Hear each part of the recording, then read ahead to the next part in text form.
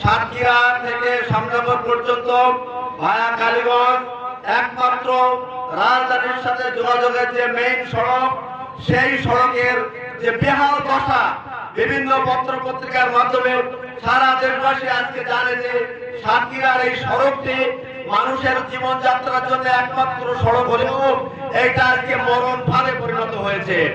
Satkhira two Shyamnagar মহাসড়ক সংস্কারের দাবিতে মানববন্ধন। দেবহাটা উপজেলা প্রতিনিধির পাঠানো তথ্য ও ভিডিও চিত্রে বিস্তারিত। সাতক্ষীরা টু শ্যামনগর মহাসড়ক সংস্কারের দাবিতে মানববন্ধন করেছে বিভিন্ন শ্রেণী পেশার মানুষ। মঙ্গলবার ১৯ নভেম্বর বিকাল ৪টায় দেবহাটা উপজেলা জামায়াতের উদ্যোগে পারুলিয়া বাসস্ট্যান্ড হতে সখীপুর মোড় পর্যন্ত কয়েক কিলোমিটার দীর্ঘ এ মানববন্ধন করা হয়। এতে উপজেলা জামায়াত শিবির, যুব বিভাগ, শ্রমিক ফেডারেশন, শিক্ষক, বৈষম্য বিরোধী শিক্ষার্থী, ব্যবসায়ী, সাধারণ মানুষ আলাদা আলাদা ব্যানারে অংশগ্রহণ করে।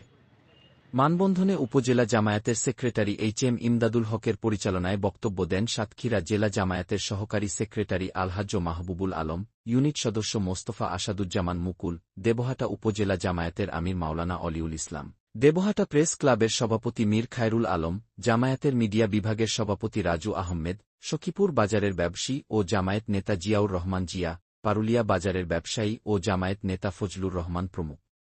এই সময় বক্তারা বলেন, সাতক্ষীরা থেকে শ্যামনগর সড়কগামী একমাত্র সড়কটি বেহাল অবস্থায় পরিণত হয়েছে। বিগত সরকার সাতক্ষীরাকে বিশেষ কারণে উন্নয়ন থেকে বঞ্চিত করতে দক্ষিণ জনপদের সড়কের উন্নয়ন করেনি। বহুদিন থেকে শুনে এসেছি রাস্তা সংস্কার হবে, কিন্তু তা বাস্তবে দেখা যায়নি। এমনকি সাতক্ষীরা শহর থেকে শ্যামনগরগামী একমাত্র সড়ক এত পরিমাণ বেহাল হয়েছে তা ভাবতেও অবাক লাগে। এই রাস্তায় যখন চলাচল করা যায় না, তাহলে কেন এই রাস্তা রাখার দরকার? সরকার যদি দ্রুত রাস্তা সংস্কার শুরু না করে, আমরা সর্বস্তরের মানুষ ঐক্যবদ্ধ হয়ে বৃহৎ কর্মসূচি ঘোষণা করব। বক্তারা আরও বলেন, যে সড়ক দিয়ে দেশি বিদেশি পর্যটক সুন্দরবনে যান, সেই রাস্তার হাল যদি এই হয়, তাহলে চলতি মৌসুমে আমাদের দেশ রাজস্ব হারাবে। এছাড়া চিংড়ি ও মৎস্য শিল্পে ব্যাপক প্রভাব পড়বে। এজন্য দ্রুত সড়ক সংস্কারের বিকল্প নেই।